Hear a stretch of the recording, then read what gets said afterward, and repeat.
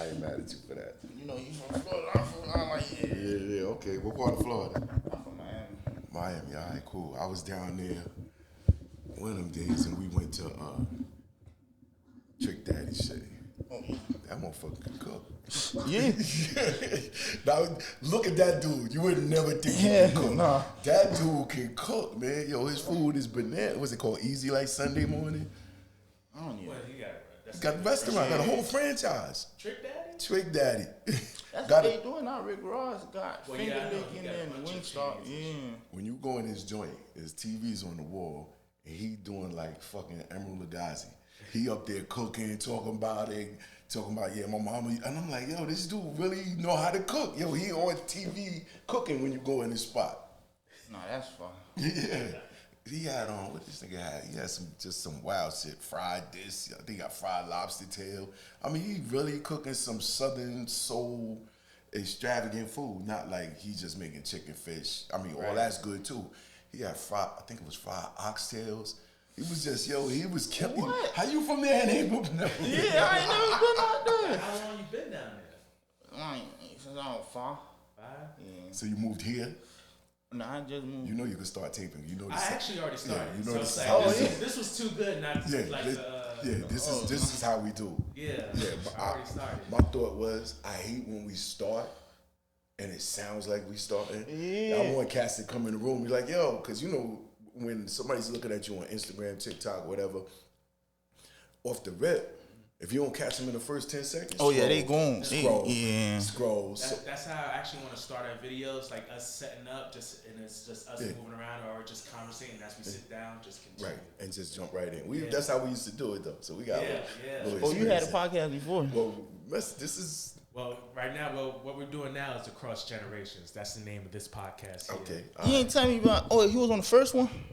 I was helping out with the He was first behind the boards. Oh yeah. We got tapes. You never showed them the tapes? No, I never showed them the tapes. Oh, you're I still actually have them too. I'll probably show them to you. Yeah.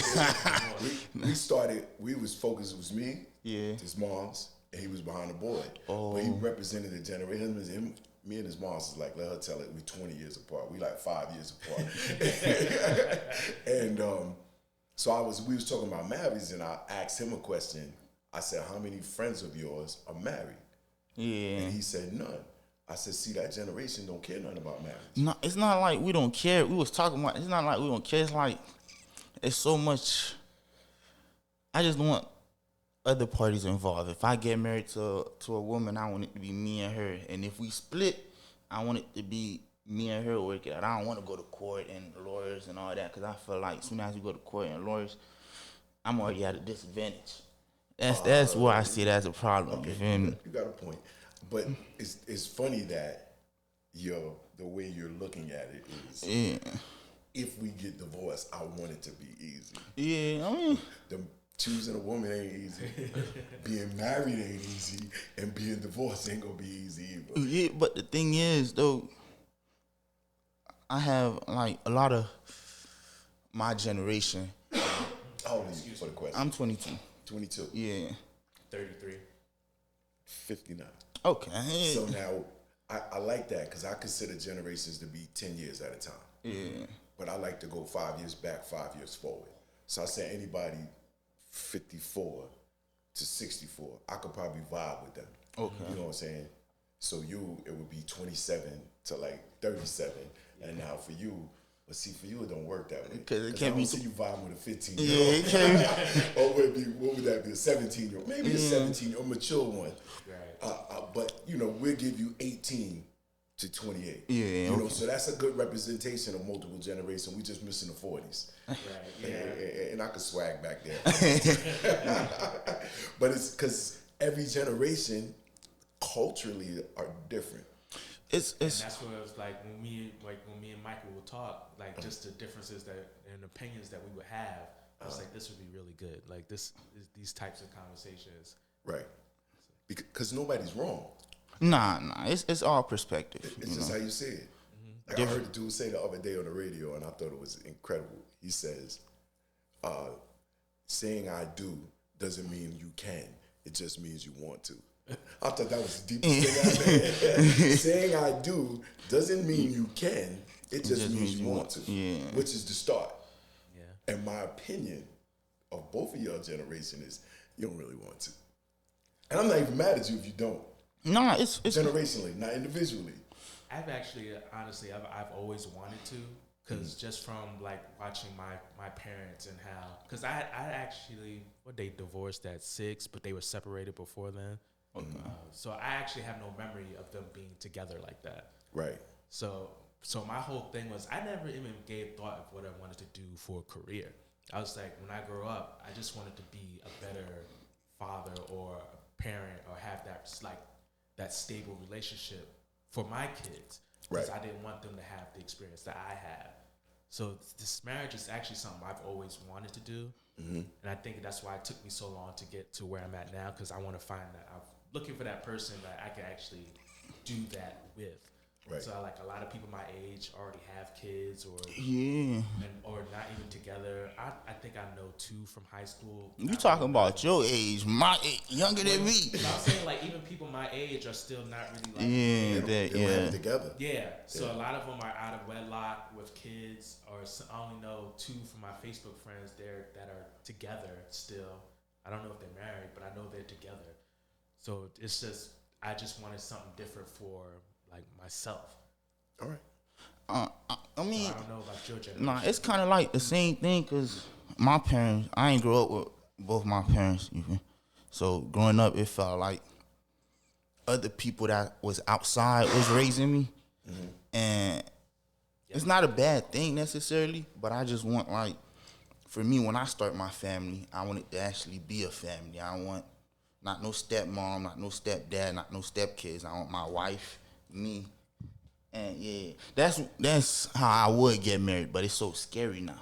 And that is the particular thing. So now, we just met 10 minutes ago, right? Yeah. So you don't know anything about me, right? I just told him how old I was. That was the first thing you heard. Had I got to switch my haircut appointment this morning, I wouldn't have looked this way.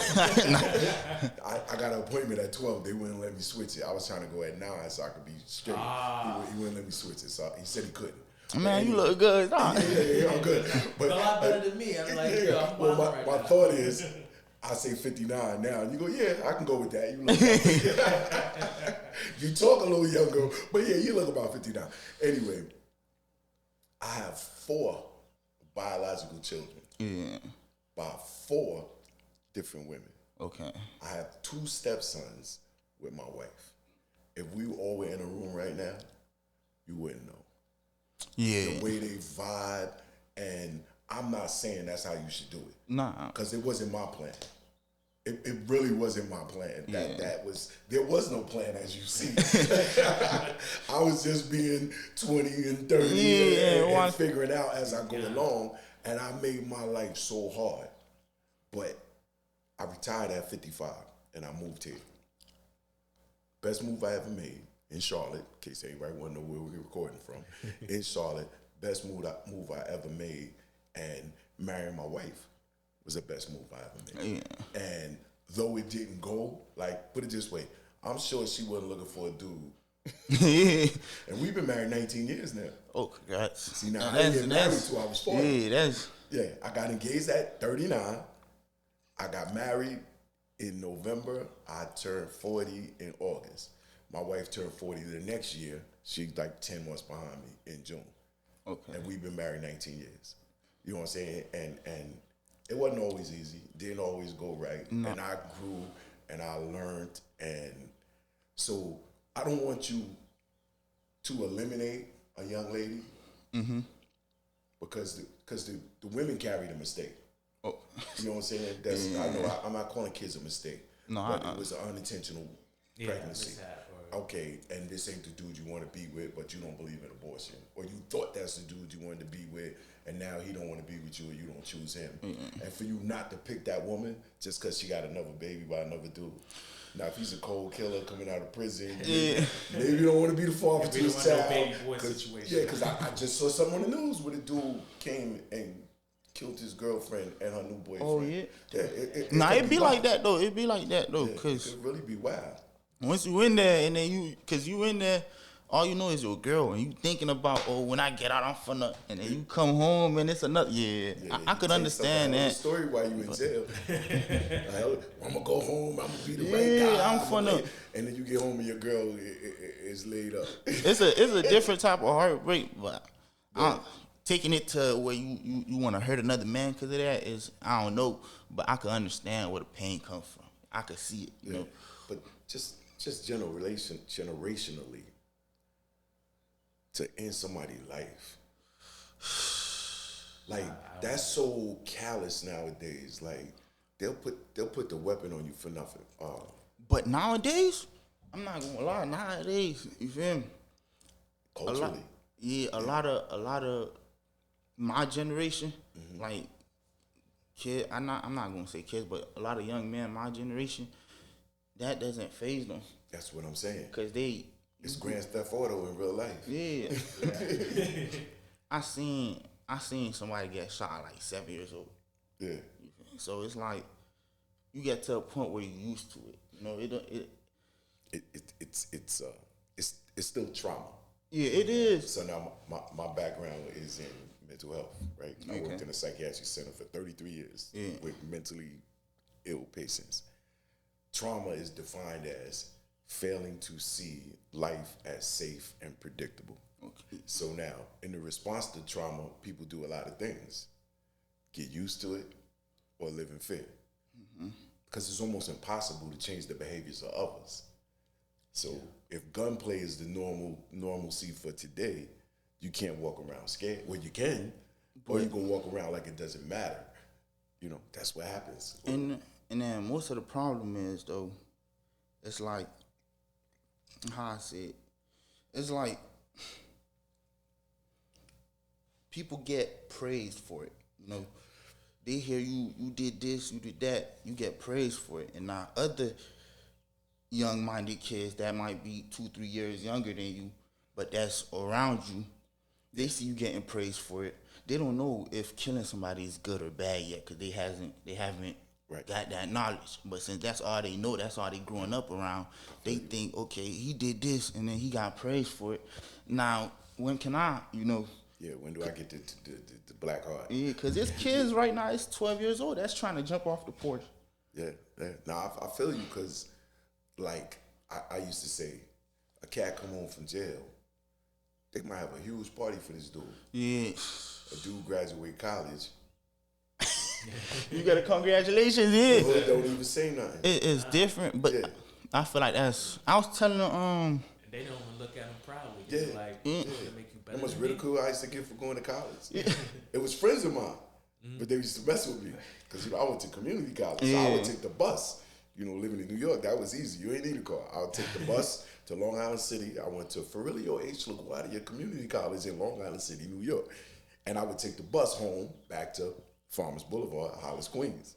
Right. And when I would get off the bus, they would mess with me all the time. Because, you know, sometimes I would put on slacks and a shirt. They like, yo, look at Dr. Martin Luther King getting off the bus. And they would laugh at me. Did you sit in the back? And, you know, it was funny. But at the same time, these dudes was the dudes I went to school with, and they was hustling.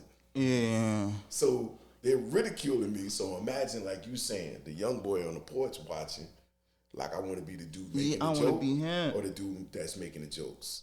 I want to be the one that's being joked on, or am I going to be be the one making exact? jokes and giving, you know, and almost every dude I grew up with that's from my neighborhood got time under their belt. It's like that. It's like that. Now, I don't.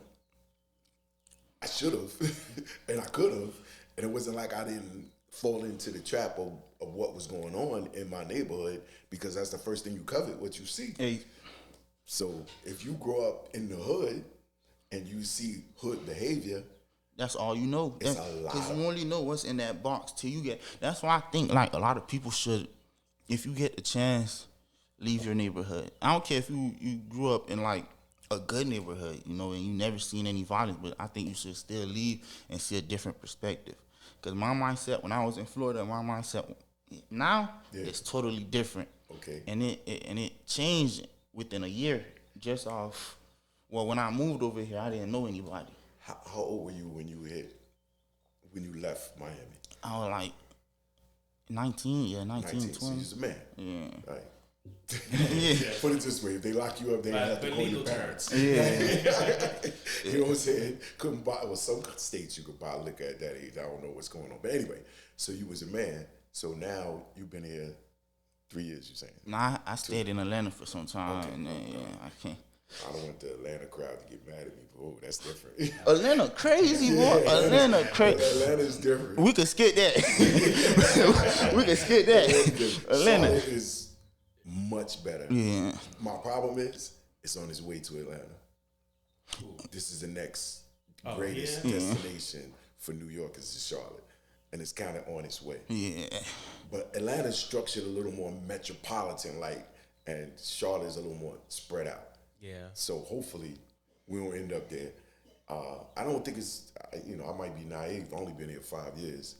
I didn't run across as many hoods in Charlotte, hoods, that I ran across in Atlanta. It's like it was a lot of like rough neighborhoods in Atlanta. Atlanta, it's not big, but it's a lot of different cities that's still, I guess, Atlanta. Still with the foolishness. Yeah. So it's like, I don't know how to explain it. Once you go you might have your own stuff going on in your own little city, right? But let's say you go into the club or something and you go downtown. Yeah. And now downtown is where everybody at, Right. Yeah, from every different section and stuff like that. So now you see somebody you don't like or somebody they don't like, and it just turns to a mess fast. Cause even though it's not small, it feels small. Yeah. Now I feel you because now New York is huge, Yeah. but I'm from Queens. When you hit Queens, South Jamaica is one way, Hollis is another, Cambridge Heights is another, and very similar to Atlanta, when we all happen to be in the same place, Yeah. it's not good sometimes. It's It's not like the legendary neighborhood out of Queens and South Jamaica because of some notorious stuff, But now when you hit my neighborhood, I grew up on a block. Down the block, 2 blocks that way was Run DMC. No, I'm sorry, LL Cool J. A half a mile the other way was Run DMC. A half a mile the other way was Tribe Called Quest. 2 miles past that is Salt and Pepper. Come back to my neighborhood, go the other way, south, is 50 Cent. Yeah. So it's always been with Russell Simmons. It's always been music in my area. And I'm skipping a lot of people. I know there's a lot of hip-hop heads, but those are the ones that just about everybody that's a hip-hop head would know. So that's what we're known for. Queens is kind of with music. But then you go to Brooklyn, it's a whole different thing. In Brooklyn and Queens, that's just it's interesting. It's just interesting. And then Harlem's in Manhattan, whole different neighborhood. So sometimes when we all get together, it don't go right. I feel like, I don't know, but I be feeling like New York niggas is like, it's just Florida niggas with an accent. Without the accent. Yeah, without an accent. It's just, It's funny because now this is what I'm talking about, perception. Him being from Florida, he sees my voice as an accent. Me being a New Yorker, like, nah, no, you got the accent. Nah. So we have to define accent. Accent is the vocal vernacular of the place where you're from. It's an accent. You can have an Italian accent. So I know I have a New York accent. Because soon as I start talking, especially if I get comfortable, they're like, you from New York, right? yeah, you can hear it too. It's how you walk. It's how that's what I love about that. You feel me? You could tell where somebody's from just by how they walk, how they talk. Yeah, how they dress. Yeah, it's just The dress is getting a little blurred. I can't tell by how they dress now. Because it's social media and how they market clothing. Everybody's trying, because you go places and you see a certain outfit.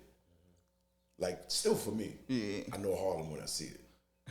Harlem dudes gotta think about all the Harlem cats, Puffy's a Harlem cat. I just look Ken for the Rhymes a Harlem cat. Mace a Harlem cat. You could see Harlem. They got a certain Jim Jones. They got a certain move to them. You know what I'm saying? To me. Right. And Brooklyn cats got a certain move. for Brooklyn, I just look for the snapback. if I see a snapback and you say yo or yeah, I just be like Brooklyn. Yeah. You could definitely tell North. And the girl told me, she says, I could tell. She said, because even when the New Yorkers trying to be nice, they just sound so aggressive. What? And I'm like, it's an aggressive place. I ain't gonna. That's why I don't know why. I never been to New York, but I feel like my wife probably out there. If I get married, my wife probably in New York somewhere. Cause the accent. There's too many people not to find someone like that. But it's just cause of the accent. Female New York accents, bro, that shit be so sexy, dog. Yeah, I like the little aggressive shit, yeah. And I'm the complete opposite. I love the girl that speaks with the southern accent. What, I man? love this. I just want to, anyway, let me not get into with my ring on. I can't lie, when my girl speaks, I'm like, yeah. He almost threw 20 years down the drain.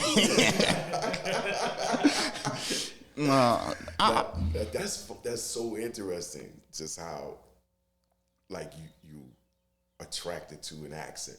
No, I just It's so because I'm agreeing with you. Yeah. I'm not saying it's weird. I'm just saying it's so interesting. I never thought that you were like a New York girl because New York girls is super aggressive. what? And I love that. You like it now. No, I like it. Yeah, I like it. But the thing is, though, aggressive don't mean you a bad woman. No, that's Yeah, not. it just means Confident. Yeah, it because means sometimes it's not aggression. It's confidence. Yeah, and I rather a woman that's confident in her skin that know what she doing. You feel me? And like, Anywhere, but it's how they act on their confidence. That's yeah, no, you could definitely find that everywhere. But I always say you love the weapon until it's pointed at you. it's a difference between confidence and cocky, though. You know, ever it's seen that episode of Family Guy when Lois got confident. No, that's crazy. I don't. you have to. I know what you're talking about, but I don't watch Family It's Guy. Family Guy. Okay. Nah, I know what it is, Yeah. but I've never watched. I might have seen little snippets She of took it. taijutsu. She started taking taijutsu lessons and got real confident and started dominating Peter in the bedroom. And he didn't. No, that dominating in the bedroom. That's different. In the bedroom, that's Well, now dominating. Like we got to define that. Like what does that mean to you? What does it mean to me? Like To me- dominating is like where we going with this? Nah, You know? to me, Like okay. Oh, my fault. No, yeah, Nah, sure. to me, dominating is like she trying to take control. She trying to lay there. You feel me? Do this, move. Like you feel me? She trying to change the positions. She trying to take control in the bedroom. Like she know what she want. Is she Yeah. asking for it? Nah, that's asking for it is different. You know what I mean? Like if you like a certain, you feel me? Yeah. Pleasure. If you find pleasure in a certain, you feel me, activity or something, you could speak it out, speak your mind. But you telling me, nah, you got right now. It's different. See, there's a difference between confident and dominant. Like she's confident, she knows what she's want, and she has enough confidence in herself to tell you what she wants. Dominant is barking out orders. Yeah. You know what I'm saying? Yeah, like you know, you barking out orders. Here, there, over there, to the left, to the right, hold my leg, lay down some, grab my feet. You're like, oh, okay, ma, chill. First of all, I feel like I'm running like calisthenics right now. You know, take it easy. Confident, I know what I want. So we ain't got to be sneaking around trying to figure out what you want. You know what I'm saying? Yeah, give me a clue. Give me a hint. Sounds like, you know. And then confident can still be submissive. I feel like a confident, submissive, respectful woman, So I'll take that. Because you don't got to worry about them. You don't got to worry about what they doing, nothing. Cause might be a unicorn. you ain't lying, though. You ain't lying.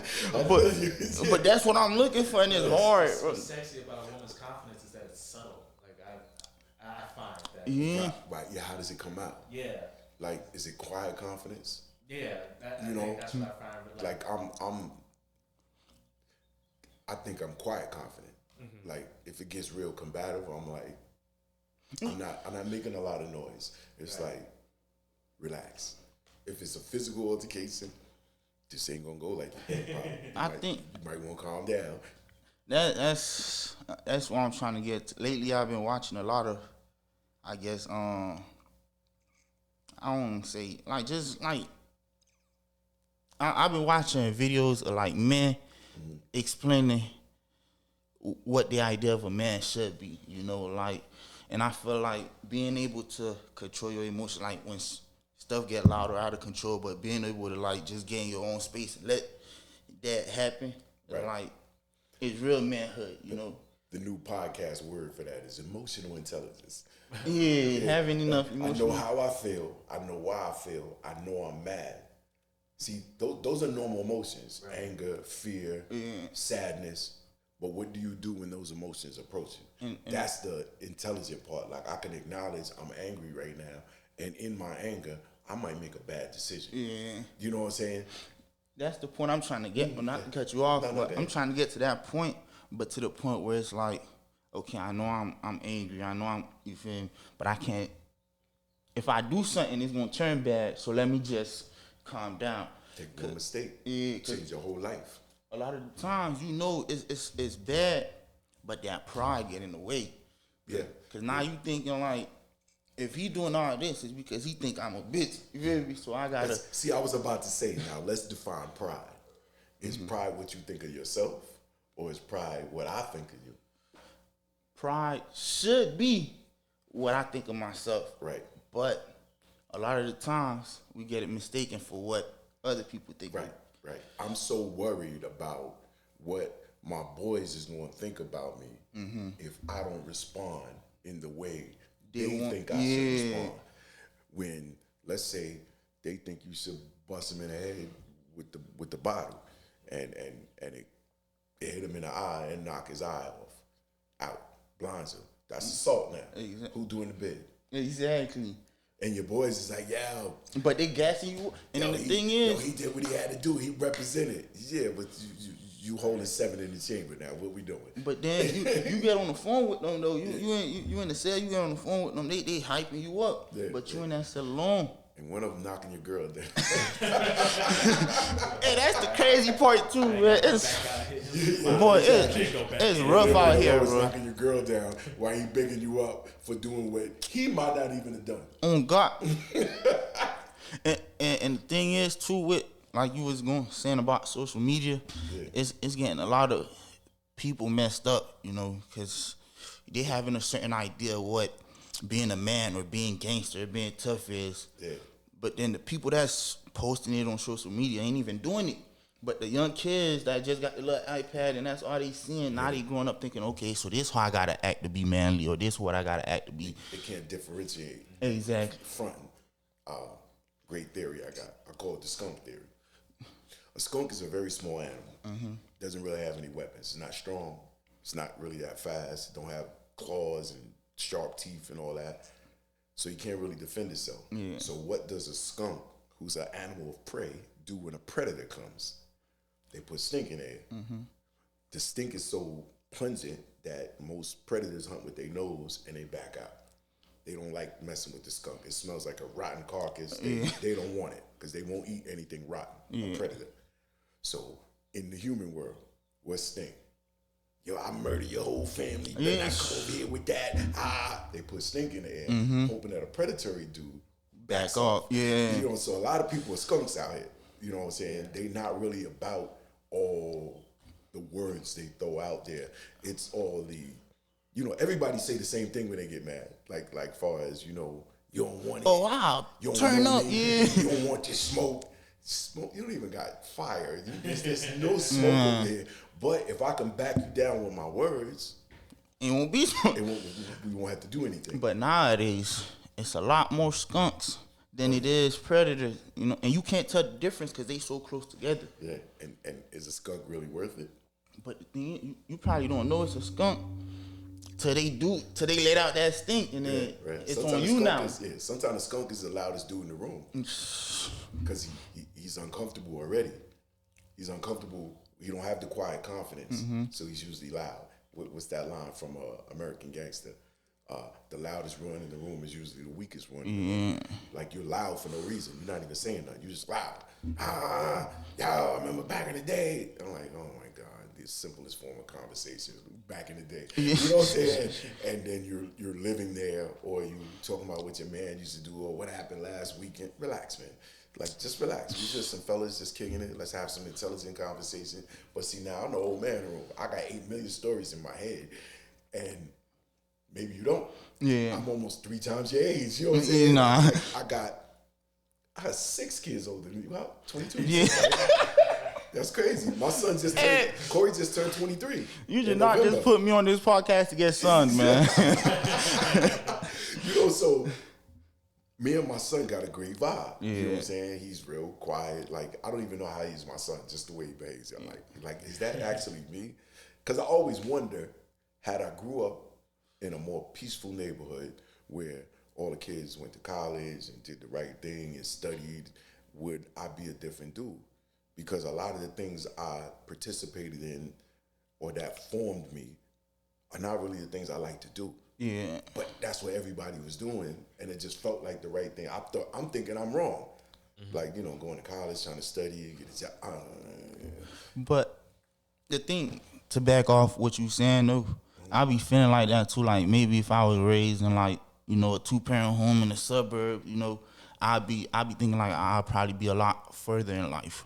But then I step back, and then a lot of the things you see happening, even if you grow up in a bad neighborhood, a lot of things you see, it prepare you for everything, literally. There's no destination in life. It's a journey.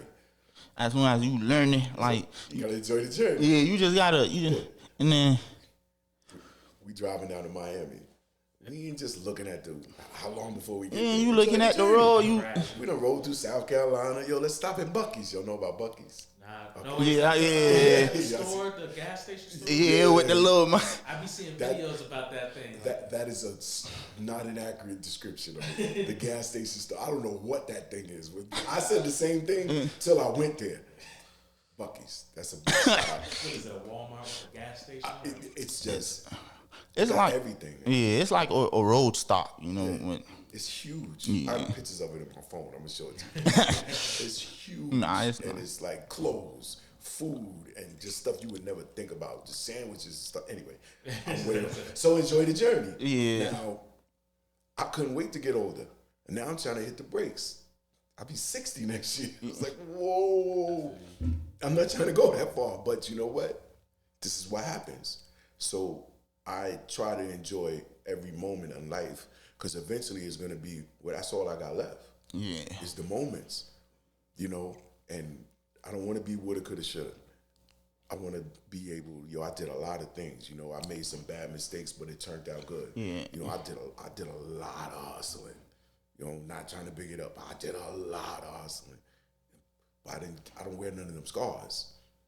And actually the hustle is directly transformable to business. Good things, right? Yeah, if you're a good hustler, you're a good businessman.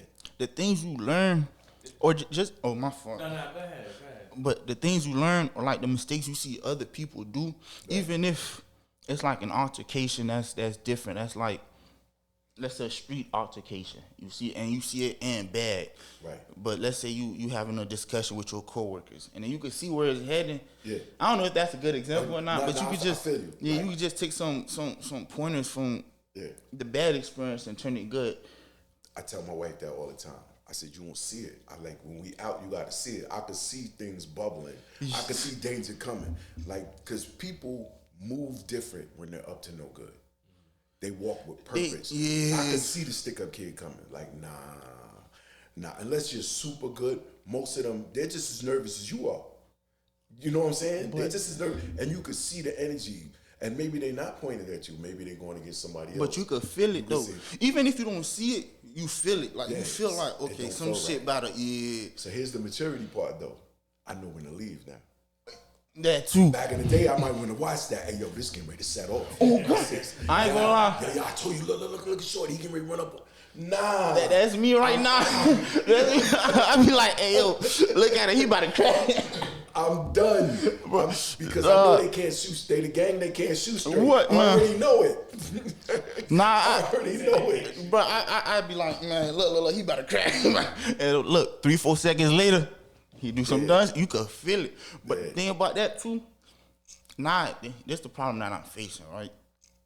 Here, I'm happy to say I don't got no enemies. I don't got no, you feel me? Nobody looking for me. I don't got none of that. Right. But that paranoia is still there. Yeah, that's the trauma. Yeah, it's like, that's failing to see it as safe and predictable. And I hate that. It's not. But I hate but that. It is. I hate that. Cause I be I was with somebody, and they was like, "Oh, why you always moving like somebody looking for you, or somebody like it?" And it's like, I can't stop. It's just, I feel like the day I just sit down and calm down, that's when all the bad shit I did gonna catch up to. Do they still call it caught slipping? Yeah. Okay, cool. I don't know if I was gonna say You like got, the old man. when I nah, said caught that. slipping, caught lacking. It's Everybody slips. Everybody slips. There's a time when I'm not paying attention.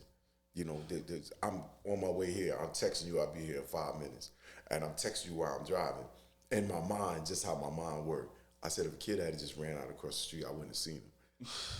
And it's picture me now trying to explain that in a court of law. yeah, okay. Why you didn't see him? Because you was while texting, driving. yeah. You know what I'm saying? Now I'm trying to explain that. Do I throw myself in the mercy of the court? How about if I just don't text while I'm driving? That's easy to say. Yeah. But it's hard. Yeah. In the moment, I was like, you know me, I didn't mean to be late. I don't like to be late. When I went outside, I didn't know it was that cold. My car took a little longer to warm because I'm not moving my joint till it's warm. And in my head, I'm going, just that easy. No matter how paranoid you are, and no matter how much on point you think you are, there's still a moment when you're gonna be slipping. But the thing is, though, a lot of guys rather die fighting, like trying to like defend themselves, than die slipping. Okay, I feel you. Cause it's like, okay, at least. But think about this. Like I said, I don't know much of anything about you. I know Nah, like yeah. 2 or 3 things now. Yeah. Now, you talking about, you know, some foolishness you was involved in at a younger age, and now that you're not involved in it, you're worried about karma. Yeah. Okay. All the time you've been worried about karma, what has happened? Nothing. Nothing. All the time you've been paranoid about what's gonna happen. Nothing. Whatever happened. Nothing. So life is really predictable. 95 to 99% of the time, you worried about 1%. and that's the 1%. And you know you can't control it, though. That It 1% turns is coming. it turns to like muscle memory, because it's like, okay, what if somebody I knew back home know me here? What if I run into them? And you know the odds is like 0.0001%, but it's still in the back of your head. Yeah. Same thing with this $1 billion lottery.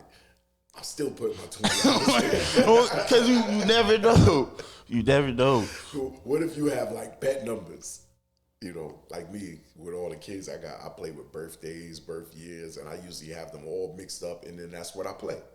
You know what I'm saying? So what if one day I look at the winning numbers, and it's my daughter's birth year plus my son's plus and I'm like, yo. And it's the day you ain't played.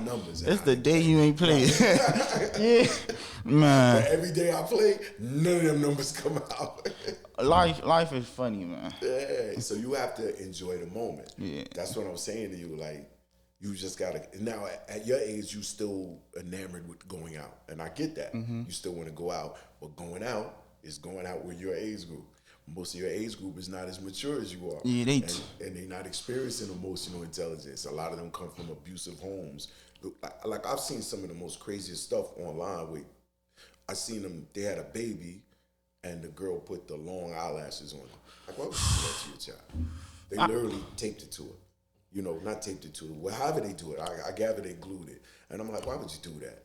You got your daughter out there. Now, that's your child. You can do whatever you want with them, within reason. Yeah. You know, but you raise them in these environments. I seen kids smoking weed. I don't know if you ever remember the kid in the diapers that's talking trash. Oh, yo, F that. And I'm like, and it was just hilarious on the internet, but I'm just going, that kid's gonna grow up. Boy, I seen the other day, I seen a video, it was a dad with like a baby, and he was smoking, and he was passing the baby the blunt. And I was like, See, I thought I was the only one that saw that. I Yeah. actually wasn't gonna bring that up, but yeah. I they got seen the that. kids smoking weed. Yeah, and it's like, The little kid that was right. rapping. So now, the little RT, yeah. Is that his name? I think so, like, so now how do you blame the child for growing up being confused? I feel like it's on y'all. Yeah. It's on the big homies too. Yeah. But the thing is, a lot of big homies, Yeah, they lost too. yeah, they ain't okay. A big homie is a guy that's in their 30s, right? 30s, 40s. They probably already got their little third strike. No, I'm I'm not just saying you wrong. Yeah. I'm laughing because of where I'm saying. No, I'm just saying that's how it is, cause yeah, for you, it's hard to make it to 30. You feel me? Yeah, okay, good point. So good it's point. like the big homies is the 30s, 40s, right? And they life already fucked up. You feel me? Because they probably did a bid that was how many years long, and now they can't get caught doing anything. So what they do, they come to you, they throw you a couple dollars, right? Because they your big homie. And now you looking up to them because you broke. You don't got no money. They got money. Yeah. And they talking about they going to put you on. They going to do this. They going to do that, right? So now you start trusting them because that's probably the only guidance you have, especially for young men that grew up without a father. They get that little big homie. So they start loving them like a father but in the big homie mind, it's like, okay, if I get caught doing some stupid shit, I'm going in there and I ain't never coming out. Right. But this nigga get caught doing some stupid shit, he a minor, it's a slap on the wrist. Yeah, you move the risk off of you. Yeah. And you manipulate the next generation. So now he doing your dirty work. And sometimes a big homie will send you on a dummy mission just to see if you would do it. Just to see if you gonna know. See how loyal you are. Yeah, just to see if you, it's not even low, just to see if you gonna say no. They'll send you on a dummy mission just to see if you're gonna say no. And if you say yes and you do it, now it's like, okay, so he down to do this, that, but he's not. So I'm gonna send him to the store to do this, and he gonna be my main soldier. Right. And now they start putting you and you against each other, cause now they showing him more love, cause he doing the, you feel me, the dummy work. I'm with you. You don't want to do the dummy work, so they not showing you as much love, and you become envious of him. So now where that start?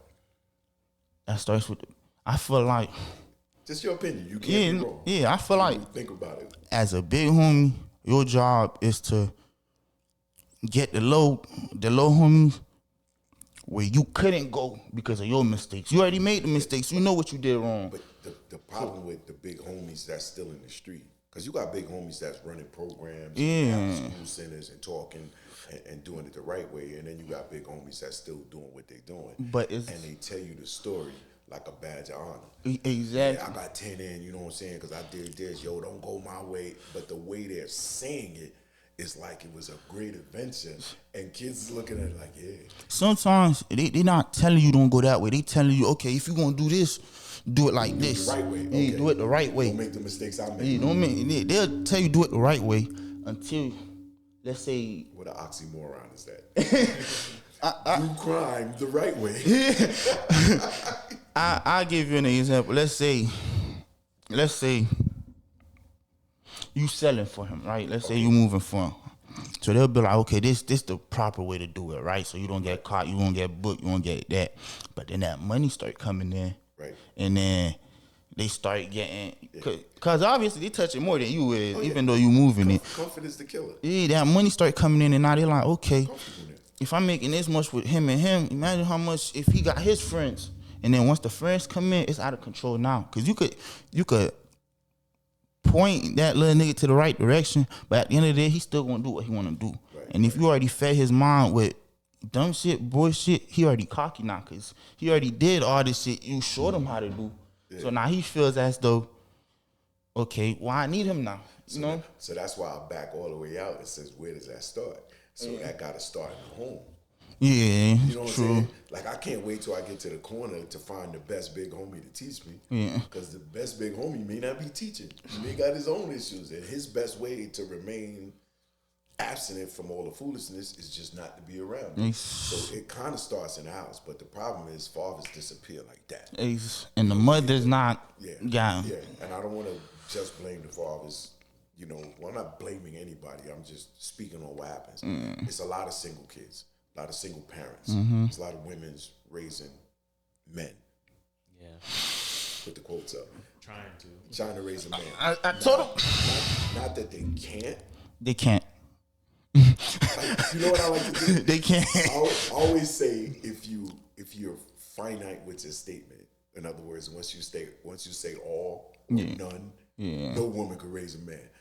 It's a lie in there somewhere. You know what I'm saying? So I feel you, because, you know, a lot of people, like, I was watching the Tyler Perry documentary. He was raised by his mother and his grandmother. Yeah. Now, he's an interesting guy, but he's successful as the world defines it. you know, or as maybe as I defined it, you know, he got money. He's financially free and he has a lot of power in the world. And does he exhibit a lot of behaviors that I may not? True, you know, but, you know, he's still a man, you know, so that's what I'm saying. Like, I understand what you're saying. Sometimes when you grow up and you watching a woman, your mother dominate the house, you take on a lot of effeminate characteristics of that dominant woman. And women and men handle problems differently. I always say, if you give a man a problem, he's looking for a solution. Yep. You give a woman a problem, she's dealing with the emotions that the solution, that the problem gives her. Not that she's not looking for the solution. But she gotta, Primary is how I feel about the problem. Secondary is how do we fix it? Or who do I get to help to fix it? You give a man a problem, we ain't got time to cry. a straight solution. Yeah, we gotta go. Not that the emotions ain't underneath, but in general, I need a solution. Our detriment is we don't look for help sometimes for them solutions. We just trying to figure it out on our own. And sometimes a big homie, your man, or whatever could actually help. Sometimes your girl could help you. If you would just put that ego aside. So sometimes when you grow up and you've only seen your mother handle issues, you handle issues like a woman would handle issues. And to back off on that, I feel like though a woman is gonna raise a man in the image that she thinks a man should be.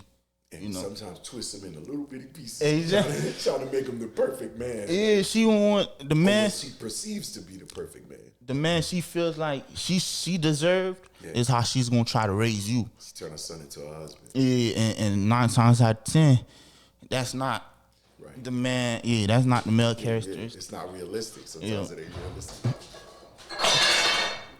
That's all my bad. I just want to give my man some love. Hopefully he ain't on camera in his Hugh Hefner role. What, that boy came out comfy as hell. Nah, that's real though. But yeah, women, I don't know. I just feel like a woman is gonna raise a man how she thinks a man should act, how she think a man should feel.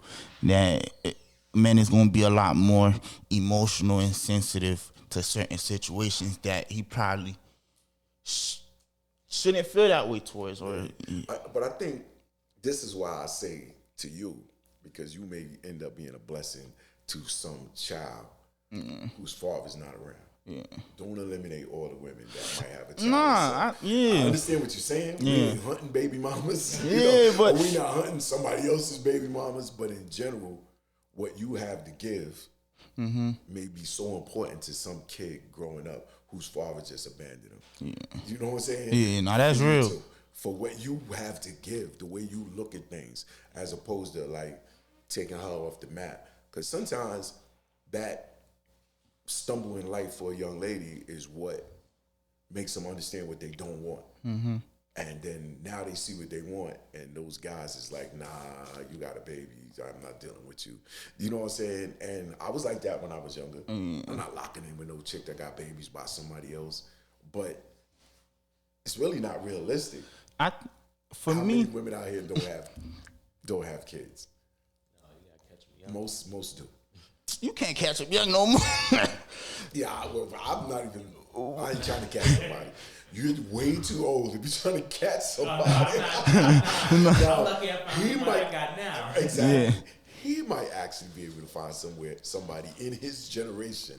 If we're going from 18 to, what did I say for you? 18 to 28, yeah. Now, once you cross 24, you hunting. Right yeah, now. boy. Yeah, your chances drop. Yeah, and you may find somebody with no child, but here's what I always tell cats: pregnancy changes a relationship.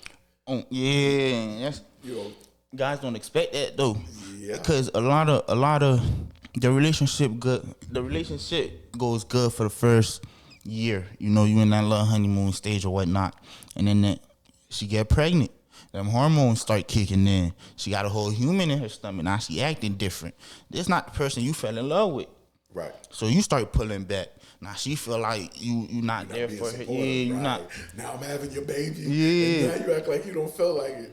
And then boom. But I don't think I have a problem with dating. I think the fact that you already understand that will help you get through a situation like that. Because you already understand that women get like. Here's the reality check. once you have children, you are no longer paramount in your own life. It's your life now is all about them. And for fellas, money don't raise kids. Nah. So you being out there, even if legitimate job, not a legitimate job, just hustling, doing whatever you got to do, doesn't raise your child. And for you to think that all I got to do is go get some money and let her take care of the child is not how that go.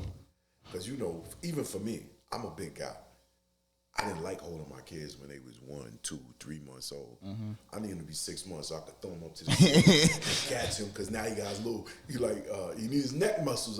You know, I'm like, you know, when they little, like, little heads, You got I'm like, yo, he feel like a little softball in my hand. I can't even manage this dude. And I think a lot of guys in general don't like, I won't say all, because that's not true, but a lot of guys in general are not comfortable with that. You know, here come the dirty diaper. Yo, change him, Ma. Like, why you can't change him? I had him all day. Y'all laying in bed. Here come the 3 o'clock feeding. Yo, he crying, Ma. Why you can't get up and feed him? You see what I'm saying? These are the things that, as men, we don't want to be involved in. That's a normal male thought. Like, nah, changing Pampers and, you know. But we gotta understand. I'm not saying, because that, even with this little one we taking care of now, that scared me. Like, I gotta clean up. Yeah, her too. Yeah, her. That's the part that really got to me. I was like, I don't know how to, like, if it was a boy, it'd be different. Like, I know how rough I could be. Like, I It's the know. same roughness. Trust me, it's the same rough. still But makes it's me the nervous. it's the particulars. Yeah, I'm Like, what do I do if that right, goes in there? right. You know what I'm saying? If he has a bowel movement, right, it can get right? back, like, nah. Exactly. It's a bowel movement, and the pimp was such a big one. It went in there. How do I clean that? Without, like, I'm feeling you. Yeah, it's like, Yeah, as a guy, it's like, you know, the woman is experiencing that. Like, you know what? Can you fix that? I can't fix Now, that. can I watch a couple, like, show me? Right, Like, but see, that's being proactive. Like, why you don't know? But he asking to show him. Exactly. He asking it. But Yeah. now remember this, especially for you. Neither one of y'all know. Why you think she know? Y'all the same age. She better go on YouTube. This is my first one too. She better go on YouTube. Learn this. Like, y'all need to be studying that while the baby's growing in the belly. But I honestly feel though, like women just naturally, I just feel like from the ages of like 0 to 3, 4 years old, women they just like, it's like instinct. They just naturally know what to do. Think so? Yeah, I feel like it. I really do, cause like, Think about the most ratchet chick you know. nah, not them. And she raising a baby. You think she taught that baby anything? not the. But Like, I got names I want to throw out, but I don't want to get in trouble. if I gotta think pick, she raising that child right?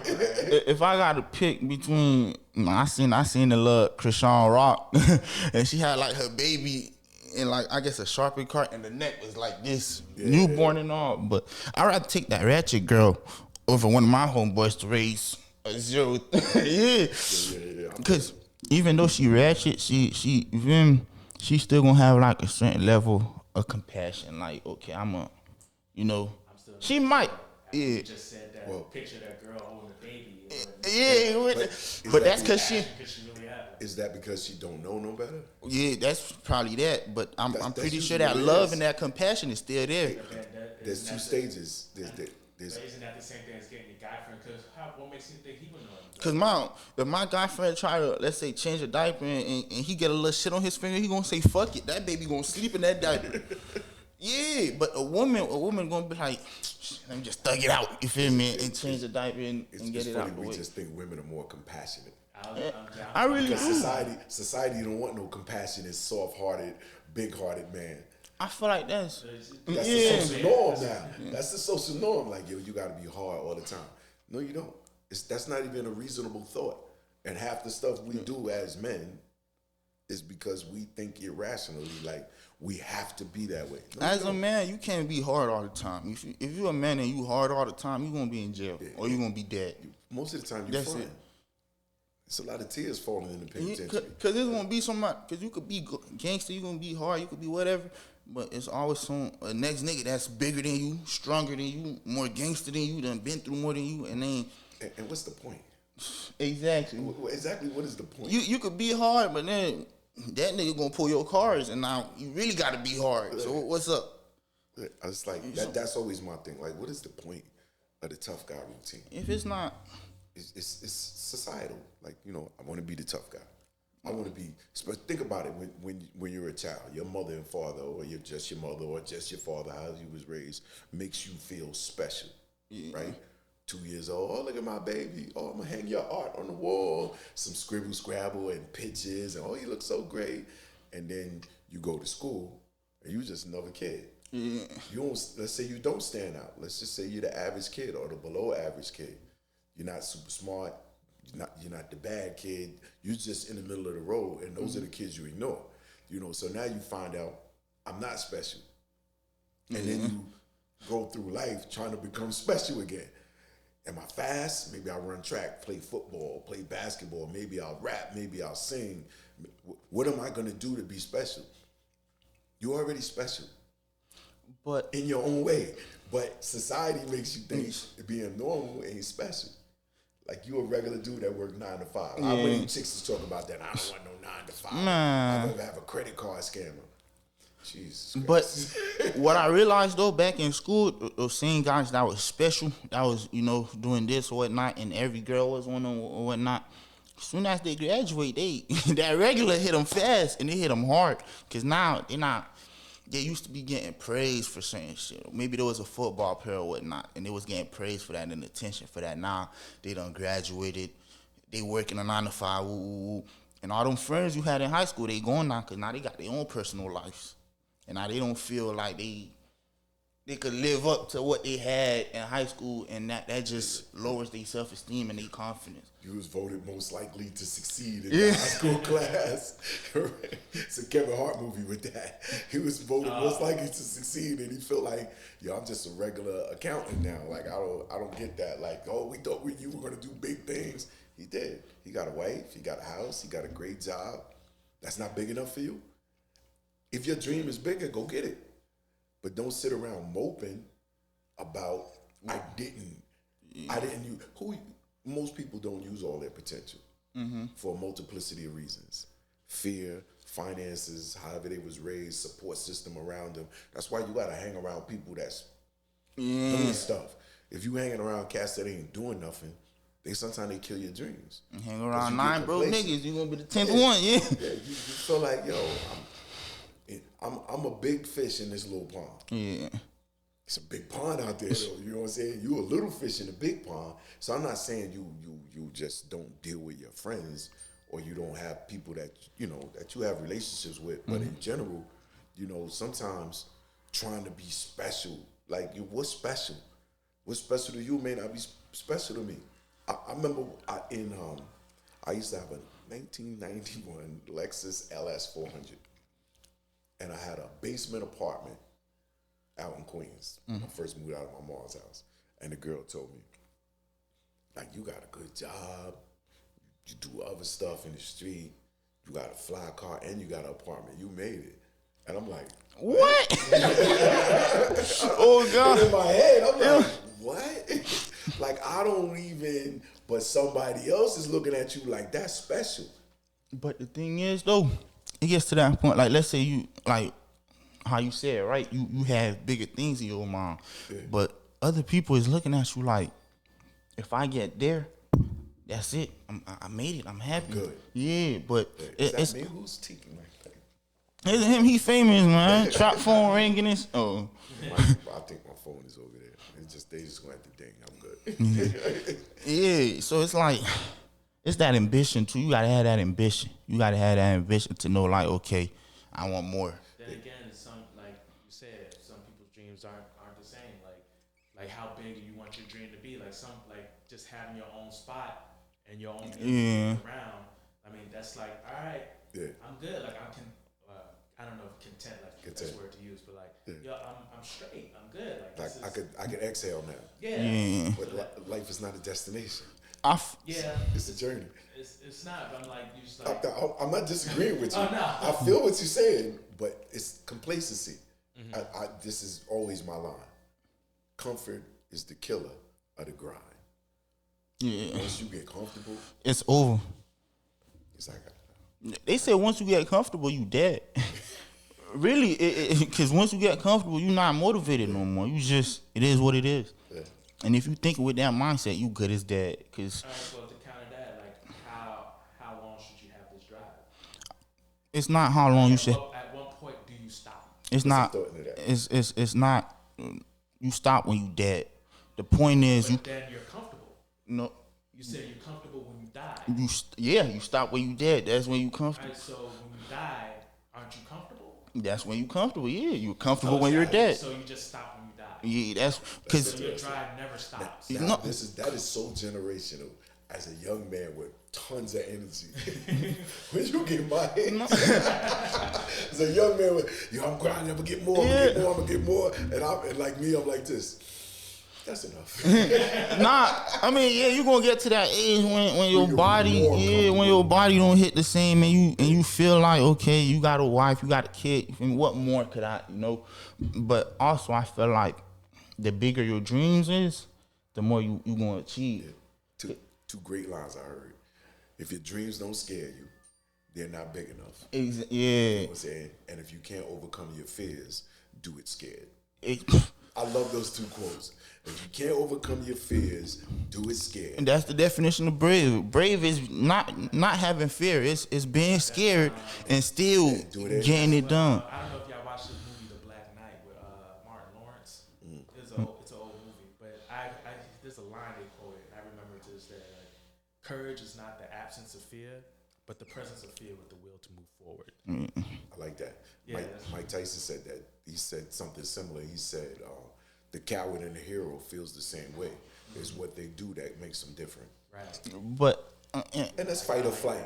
You back it all the way up to trauma. It's fight or flight. Yeah. You know what you do in the moment where you're tested. And fight and flight don't always mean literal running or literal fighting. It's like I'm is you gonna step up to the plate, or is you gonna? here's something challenging. I'm not going to avoid it. I'm going to move forward. You know what I'm saying? I'm going to try. But then I feel like people that was raised in comfort, that's all they know and they like it. So soon as they get uncomfortable, they try to get back to comfortable. But people that was raised going through challenges and stuff like that, once they get comfortable, it don't feel right. I think one of the greatest assets of our communities, black communities, minority communities, is our ability to overcome adversity. Yeah. But one of our greatest liabilities is our comfort in the midst of adversity. Like, we okay in this situation. Yeah, I grew up in the projects. You know what? When I get older, I'm gonna get me an apartment in the projects too. I'm not mad at you, but do you want better? Have you ever even seen better? You know how many of my homies ain't got a passport? That goes to Never been out the country. I took all my kids out the country. Everybody get a passport. We out here. We go, and now they travel on their own. that goes to what I was saying about being comfortable. Once when you get comfortable in that box, you're not gonna want to leave that box because a lot of people feel like, let's say you from the hood, right? And you done been there for 20, 30 years, right? And you done already know everything. You already know who this is. You already know who beefing with who. You know how to navigate it. So you become comfortable there because you know how to survive there. And you scared that if you leave that environment, even though it's not going to be the hood, it's going to be some other stuff that you're not used to and you scared of facing those. I had an older dude. He's older than me. He's probably just about 80 now. Good dude, though. Hussein Razi Bey, that's my man. Did like 25 years. And he said to me, I grew up in the projects in St. Louis somewhere. Some huge projects that they tore down. He said, I grew up there. He said, when I first went to jail, it looked just like the projects to me. It was loud, it was levels, it was a lot of aggressive. He said the only difference was it was no women there. He says, so when I got in and I realized it was the same as the projects, I was comfortable. See, you see how your mind can literally get comfortable in adversity. Just like, you know what? I ain't scared. I don't want to go here. But it's almost like I don't want to go to the dentist. but I know once or twice a year I need to hit the dentist and make sure I'm all right. So it's almost like that in the street. Like, I don't want to go to jail. I know every 3 or 4 years I'm going to catch a bid. And they just see it as a reality, like a doctor visit. Like, yo, I got to go somewhere I don't want to go. But I'm going to go, I'm going to do what I got to do. Because now, once you become comfortable moving in and out of jail, what's your point now? And then some niggas get to the point where they actually love jail. He said his mother said to him, I'm so glad you safe now. So his mother's older, so he says he thought she was bugging. He's like, Mom, you know where I'm at? He said, I'm in jail. People get killed here every day. And she says, no, baby, but I know you can handle jail. I worry more about you in the street. Her mindset was her son was safer in prison than he was in the street. And he said I run a group. It's called TAP, T-A-P, Truth and Perception. Her perception was he was safer in jail than he was in the street. So who's responsible for your perception of me? Nah, it's definitely the household. It's definitely like how you was raised. How you was raised and how you grew up is definitely how you gonna see the world. Yeah. That's a fact. But them experiences, okay, it's quicker. It's quicker to learn something than it is to unlearn something. Got you. So if I show you how to do something the wrong way, even if he come and show you how to do it the right way, you already knew how to do it the wrong way first, and to you, the wrong way is gonna feel like the right way. So I taught you how to drive a nail in a wood with a wrench. Now somebody bring you a clawhead hammer and you like, what the fuck is this? Give me my wrench. But that's how it is though, cause you get so used to it, and that's what your brain know, and it's quicker to. So you've grown up around killing, crime, aggressive, loud, domestic abuse in the projects, homeless here and there. You gonna miss You're that. okay with it, but some people aren't. Some people aren't, but like if I you look at LeBron James, he talk about how unstable his relationship was with his moms, moving around from city to city, and now this dude is like one of the biggest philanthropists there is, giving out money, opening schools, reaching back to the kids. Whether you like him as a ball player or not, I like how he does the community, how he does his money. But look where he come from. No comfort. But at the same time, at the same time, just cause you from the hood doesn't mean you was. Well, it's a difference between, I feel like, a hood nigga and a street nigga, right? Okay. A hood nigga might be, okay, you stay in the projects cause you don't got it, right? But you go to school, you stay out the way, you not in nothing, you know, and you just trying to do what you gotta do so you can get out of here. Okay. Some people, street niggas, they in that same predicament, right? They don't have it, they in the projects, but they like, okay, I'm here, he doing this, that, I'm make this fun. And you start making it fun, and now when it's time to, when you get a chance to leave, you like, shit, I don't want to leave these, all my niggas here, all my friends and all. What else I'm gonna do? Yeah, like I don't even know how to act another way. This, and it don't even seem bad. It feels like a regular day. You see, you could walk down, you see a dead body on the floor. It's like, damn. Well, here's a question for you on that. What's the difference between those two drives? Which you, Say it again. What's the difference between those two drives? It's he drove. He had to drive to like. It's just mindset. It's just. Yeah, but what's Deeper. It's got to be more. Than Is what's it the Deeper. mindset? Like why is that why? your mindset, but not your? Because Think about it your could man. be. Don't give me no names. Place. Think about your man that you was doing foolishness with 5 years ago. Yeah. And he's still doing it. Yeah. Why was your mindset different than his mindset? To be honest with you, 9 times I feel like if I was still around that, I'd probably still be doing that because I wouldn't know no better. Yeah. It's when I left, you know, and I don't know nobody, so I start. So let's back up again. Yeah. Why you leave? Did your parents leave and you came with them? I got kicked out. And you kicked out. You got kicked out. Yeah. And it's almost like the prodigal son. I Yeah. don't know if you biblical or not. In the Bible, there's a story of a prodigal son where this dude was super rich. Yeah. And he had 2 sons. And the youngest son comes to him and go, yo, I want all my riches. I'm going. I'm out on my own. Father breaks him off. He goes, blows all the riches, finds himself working for some other rich guy. And he's actually they say in a hog pen, eating what the hogs ate. And he said while he was in a hog pen, he came to himself. And he said, even if I was a servant in my father's house, I would live better than this. I'm going back to my father. Yeah. And his father welcomed him, gave him a robe, and reinstated him to being a son. Now, you came to yourself in the hog pen. Why doesn't everybody come to themselves in the hog pen? I'm not gonna lie. Okay, so I got kicked out. I moved to Atlanta with my cousin, right? Me and him got into it. Was he doing better, or was he just as good as you? I was worse than him. Okay, that's probably why he kicked you out. Yeah, we got into conflict. Yeah, over that. Yeah, because I was pulling him back in, and then my mama was in Haiti at the time, right? Okay. So he called my mama, and he basically telling my mama all the bad stuff I did, and a lot worse. And my mama called me crying on the phone and told me to move in with my uncle. Like, she was crying on the phone. And me and him got into it to the point where it was like, it was dangerous. Okay. Yeah, so my mom was like, okay, leave that situation. Yeah. How old is your cousin? Same age. Oh, wow. Yeah, so That's volatile, right? nah, it was Not a toxic relationship. nah, it got dangerous to the point like my mom would call me crying on the phone like, okay, I just talked to your uncle here in North Carolina, move in with him. Woo. How was your uncle? My uncle? How much older than you? Nah, I think he like 43, right? He ain't So 43. about 20 years old. Yeah. Your mama's brother. Yeah. Okay. So he like moving with your uncle. I moved in with my uncle, and then when I moved down here, I ain't know anybody. Okay. So I don't know nobody. So I can't.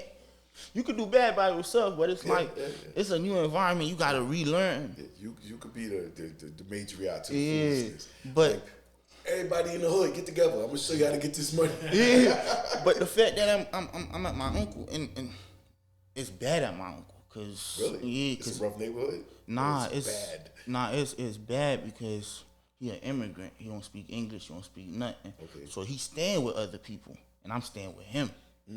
So now in my mind, I'm thinking I can't go back to my pops. If I go back to his house, he gonna be feeling like, okay, you can't write back because your dumb ass was doing stupid stuff. You thought you was a man. Okay. You went out to be a man, and then look at you right back. And I had too much pride to, go back. Sometimes pride is helpful. Yeah, I'll admit that though. Sometimes pride is helpful. Right. Sometimes it's a killer, but sometimes it's helpful. Like, Cause I was talking to my brother. I was just talking to my brother about this, right? Cause I was telling him, I was like, yeah, I had my brother still with my younger pop. brother, Same age. twins are just what do you call it? Irish twins. Nah, we have like a year apart. we have brothers. Okay. But yeah, so yeah. Same mother, different father, or same Nah, father? same father, different mothers. Yeah, that was a bad question. I just So I was talking to him about it, and then he was like, "Oh, possibly like, oh, you won't talk to him, you won't call him, none of that." But the reason I'm getting off track, but we on track. We talk about life. We on track. yeah, but finish that off. The reason why I won't talk to him is because I feel like for me to go back to him and not have anything to, it's me proving him right. So I want, when I do go back there and I do talk to him, and I could show him like, okay, you was wrong about me. You thought I was this, that. Now look at me now. And that's the mindset I started. I got a great saying for you. Yeah, that's when I was with my uncle and I was living that situation. I was thinking I could either go to my pops now, I could just thug it out, do what I got to do. Okay. And then go back to him a better man. That's when I started watching the YouTube videos about just growing up and healing and learning and stuff like that. And it changed my mindset. So I'm saying, if my homeboy that's back home got out of that situation, or like left the state and got in a better situation, he probably would. If you see better, you want to be better. Exactly. But right now, he probably got so much stuff worried about he can't change, because even if he do, they're going to pull him back in. Everybody don't have a cousin in Atlanta or Yeah. an uncle in Charlotte. Sometimes So you just gotta- your whole crew is right there in the project. You just got to do what you got to do. We're in that projects, or they're in the projects across town, or they're in the projects in New York. It's all the projects. It's a little different everywhere. But it's the same mentality. It's all the same. Yeah. As soon as you walk in the projects, you know you in the projects. Yeah. I mean, I always say, wherever you are in life is the sum total of all your choices and decisions. Yeah.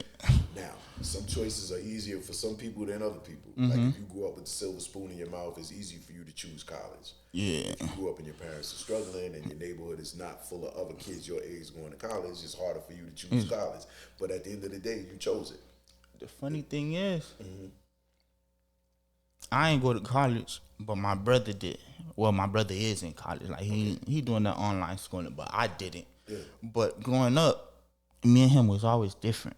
Yeah. Like, well, I ain't know about him till like I was like middle school. Okay. So when I first knew about him and I found out about him, we was doing bad stuff together. Yeah.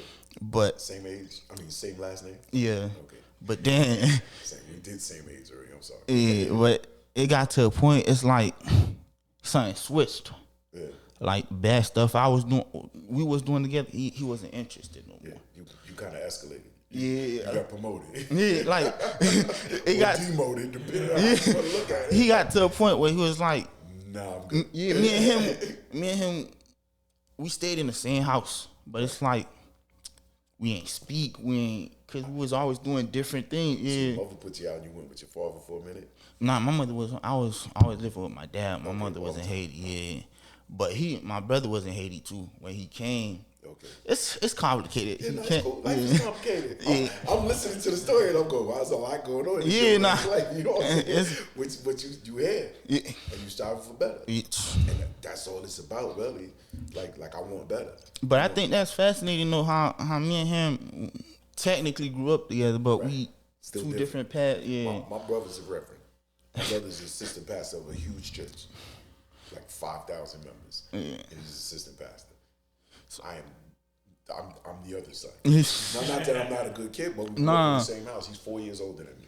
We grew up in the same house. but you choose different paths. We chose different paths. That's why. Afforded the same opportunities, but we chose different paths. Now, 4 years is a pretty decent gap. He's like 2 years for me not being part of my generation. You know what I'm saying? But we grew up together and we've seen the same things, experienced the same things, and that's just how we went. But My mom's and pops together. yeah, Pops is a truck driver. My mom's is a registered nurse. Nice house. No reason for me to be who I am, besides the fact that we live 2 blocks from the boulevard. And I like to hang out on the boulevard. My brother wasn't a boulevard guy. He hung out with the other kids. Yeah. 2-parent households that lived on the back streets. Some of us stayed back there, and some of us went to the boulevard. And it just was weird, that we can grow up in the same house and we're not totally different, but just make totally different choices. exactly. You know how many times people tell me I was supposed to be a reverend? I'm like, I'm good on that. Not sure I can handle that mantra, but I'm fine. You know what I'm saying? But my brother, he stand up there and could preach. I mean, could go.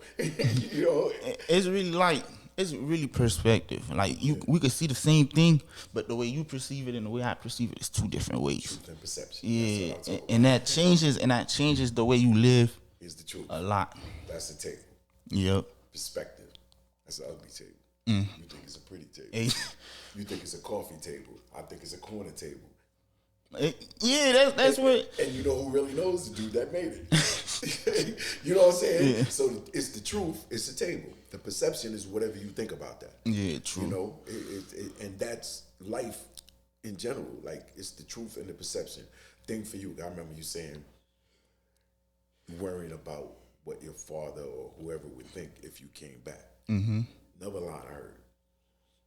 When you realize you'll get over what other people think about you when you realize how little they think about you. Yeah. Like, in our minds, you think everybody's thinking about me. Everybody thinks I'm a failure. They ain't thought about you in a whole month. And you worried about what they think about you. And not that they're not thinking about you, they're not thinking about that. They might be worrying about you. They might be praying for you. They might hope you call or hope you are all right. And they're not thinking the negative things. That I'm thinking, yeah. It's called negative self-talk. No, We all have negative self-talk. We always telling ourselves something negative, and then something outside could reinforce it. Like, I'm thinking my mom's just disappointed in me.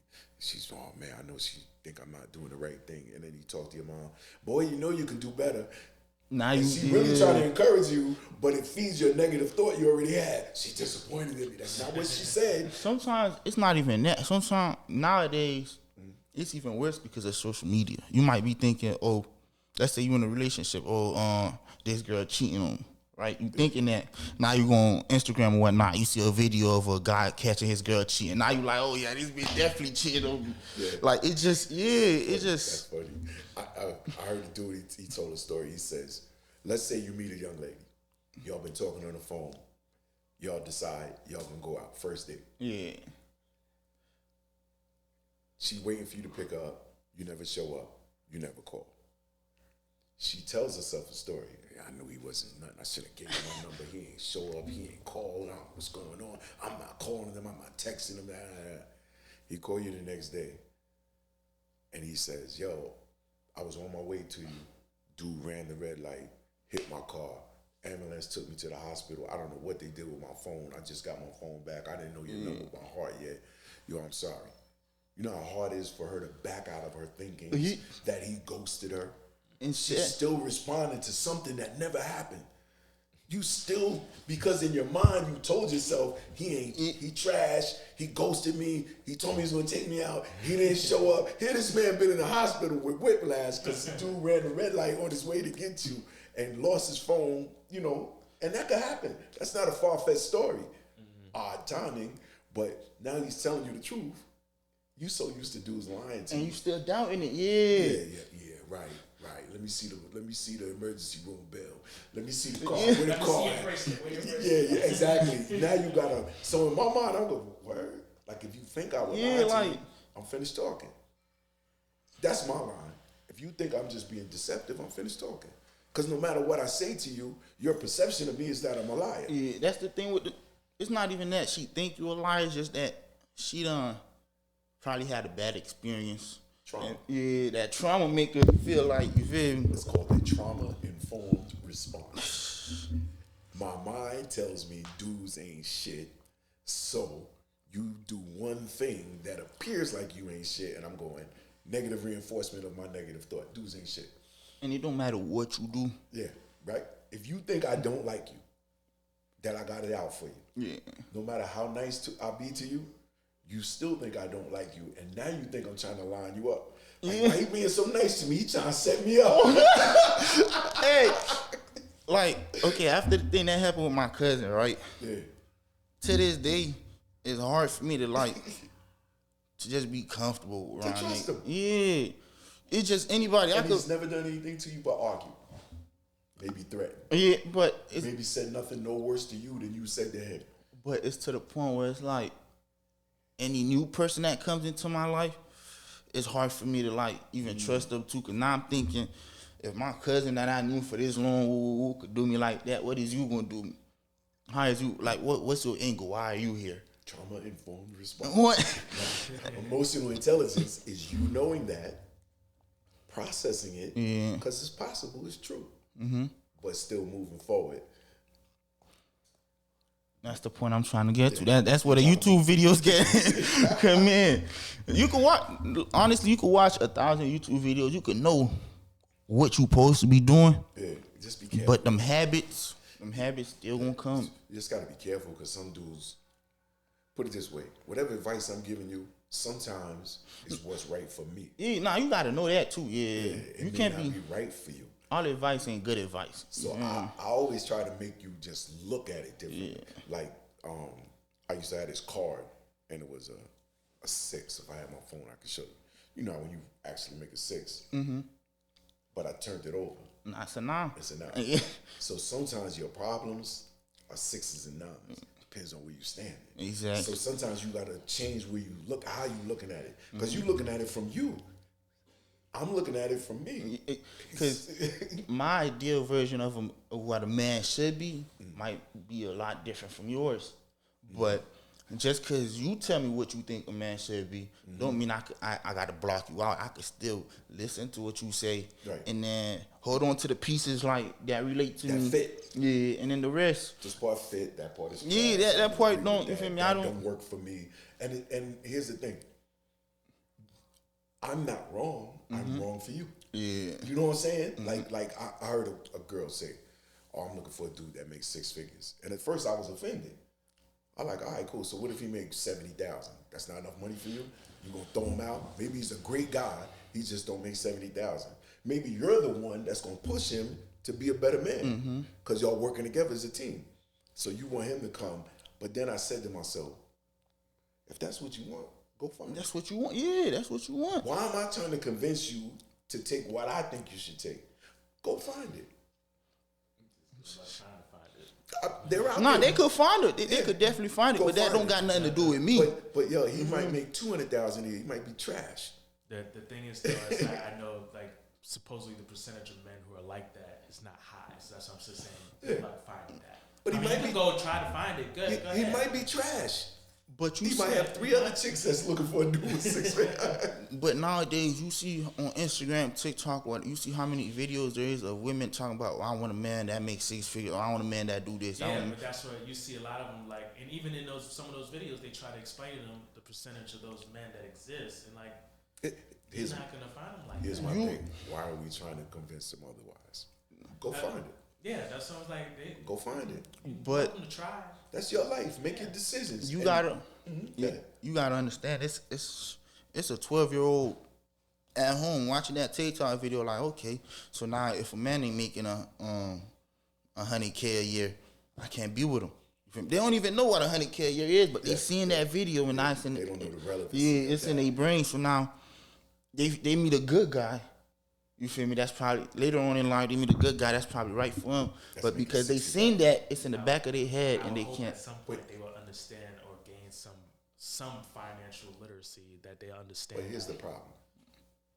And what are you doing? Or what themselves. Yeah, Like, what are you doing? Are you making 6 figures? Man, Are you making 50,000? Are you making anything? 50 Cent said something in an interview that I found hilarious. He said, if the only thing you bring to the table is beauty, eventually you're going to do some whole shit. nah, that's some real shit though. I watched this video. This girl's asking this dude questions like, "You got your own place? Like, you ain't got no roommates or nothing?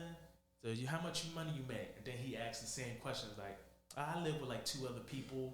It's like, man, I'm between jobs right now. It's like he's like, "Get out my car." Yeah, So, you're gonna ask me all these questions, and I got myself. Because right. it's so weird because one I watched and the girl was saying the dude must have been doing well, and he says, "Well, what do I need a woman for? I got my own house, my own car, I make my own money, I make good money. I don't need a woman." He says, "A woman makes the house a home." He says, "How?" He says, I can decorate it and make it beautiful." He said, "I can hire an interior decorator for that." remember He that said, video. I "I remember exactly what video you I can prepare a meal for you." He said, "I can hire a chef for that." He says, "I can make you feel like a man." He says, "You can even hire somebody for intimacy." He like, "So why do I need to lock in?" Right. He like, "So what are you bringing that makes me want to lock in with you?" But And that's a relevant question for some guys. Some guys, I heard Steve Harvey say, she can make another you. That's Which to me is like, okay, I need you barefoot and pregnant. Okay, if you can find a woman that's comfortable just being Mrs. Harvey, having little Harvey babies, that's fine. I'm not gonna argue with you about that, but don't argue with me because I have a standard that I need her to bring something else to the table. Like, where's the argument there? Steve Harvey said he can make another you, but she can't make another me without me. Right. Like, I'm an essential component to that. Yeah, Like, you yeah. can't just. So what is she really bringing to the table? Right. She a good catcher. You know, but it's almost like saying barefoot and pregnant. Yeah. Like, yo, I just need you barefoot, pregnant, just- take care of the house, and you know that's not you.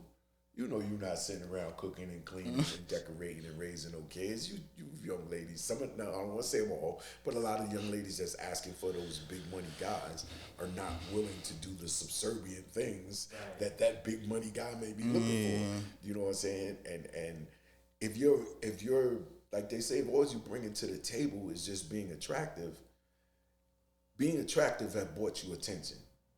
It's gonna continue to bring you attention. It's very surface. Right. So other people are still attracted to you. So the 6-figure dude got you. Now you meet the 7-figure dude. He's attracted to you. What we doing? yeah, We bouncing? yeah. Where your loyalty? We might be bouncing. Like if that's your thing, Yeah, she definitely gonna go. If that's your thing, yeah, I make $250. You know, you're a basketball player on the end of the bench. You make $250 a year. Then you meet his teammate. He make $250,000. He make $2.5 million. That's 10. That's 10 times different. Nah, it's out with you, It's Owen. your drive, huh? Yeah, You know, but to he can give me comfortable. He can give me $250 and I match you now. The thing is, a lot girls don't realize that though. Girls don't realize that though, cause the love fades, right? Eventually, that love it's gonna fade. I don't think love fades. as Physical much as it attraction. transforms. Physical attraction fades to me. Yeah. Yeah, okay, yeah. If that's what you're attracted to, that's biblical. Beauty is fading, but a virtuous woman, Yeah. virtues don't change. So what do you love about them?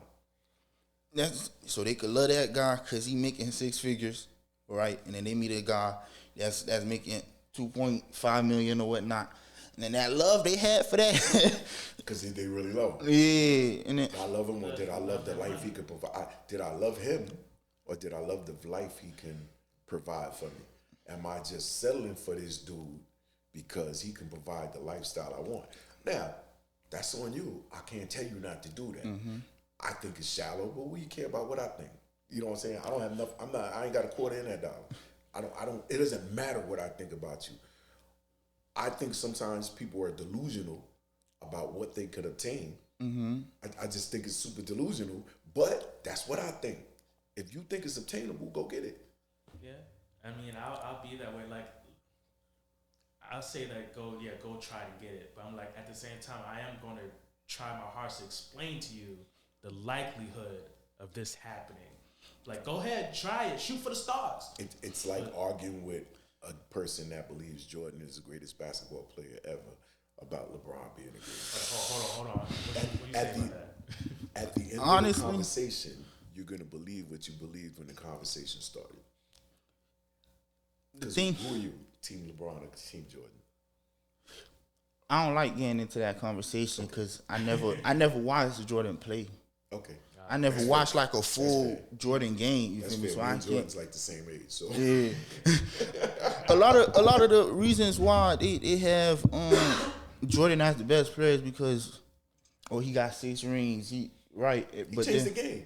and then somebody else has said, but back then defense wasn't like that. Everybody wasn't even dribbling it. It wasn't like that. And then the same person would be like, but back then it was more contact. It was I don't know. I wasn't watching basketball back then. It's always it's perspective. Yeah. Truth and perception. I'm gonna see. The Look, truth is they're both great players. exactly. They're both generational talents. For me, watching both of them, I believe Jordan was better in his prime, Okay. but I believe LeBron is a better athlete because he's been a top 5 player for 20 years. They act like the years in Washington didn't happen. Jordan finished his career in Washington, And not doing nothing. Well, that's because he just wanted to get part ownership. I don't care why he did it. He did it. Another thing that he was too is he took off and played baseball. You feel me? Yeah. And then he came back and still dominating. Yeah, great. I'm not taking anything from his greatness, but whether or not whoever the greatest is, you get somebody older than me, they might holler Wilt Chamberlain because they watch Wilt Chamberlain. Yeah. You know what I'm saying? I know older dudes. I know dudes my age that don't watch basketball no more. Oh, it's crazy, with the step back and James Harden walking and everybody shooting from the logo and all that, stuff that people do nowadays, to get on Sports Center. You know what I'm saying? Like, I know old school cats my age that don't like that. And I know young dudes that love it. And it's just where we are now, you know what I'm saying? So it's just perspective. So if your perspective is you want a supermodel, who am I to tell you can't get a supermodel? Yeah. And sometimes too, I'm not the type to tell somebody no. You feel me? Like if they say they want to do something, it don't matter how far-fetched it sound. I'm not trying to tell you no because I don't know the type of ambition. I don't know your drive, and I don't know what plan you have. I don't know what people you know. Yeah. So you might say, you going to space, and I'm I'm gonna be an astronaut. yeah, and I'm how you gonna go? You feel me? And whole time, Your daddy a crackhead. yeah, whole time your auntie work at NASA. Yeah, I don't know. So, Imagine Obama. His father's an African immigrant. His mother's white. He goes back to Africa. They met in college. He goes back to Africa. He grows up with his mama, a little black boy. In wherever they were, I'm not. Hawaii, right? No, I think they met in Hawaii, or wherever he grew up at. You know, the white lady raising a little black boy, and he president. How'd that happen? Yeah, you know what I'm saying. So what if he had said that in the 6th grade? What do you want to be? Oh God, I forgot his first name. 9 times out of 10. Barack. Oh my God, I feel so bad. Edit that. No, you should. Yeah. What do you want to be when you grow up, Barack? I want to be president of the United States. Imagine how many people laughed at him. And then to see it happen. I live with a name like Barack. I'm like, I wouldn't. Hussein in the middle. Just imagine that. Making it, bro. Barack Hussein Obama. Crazy, man. His teachers probably like this. Okay.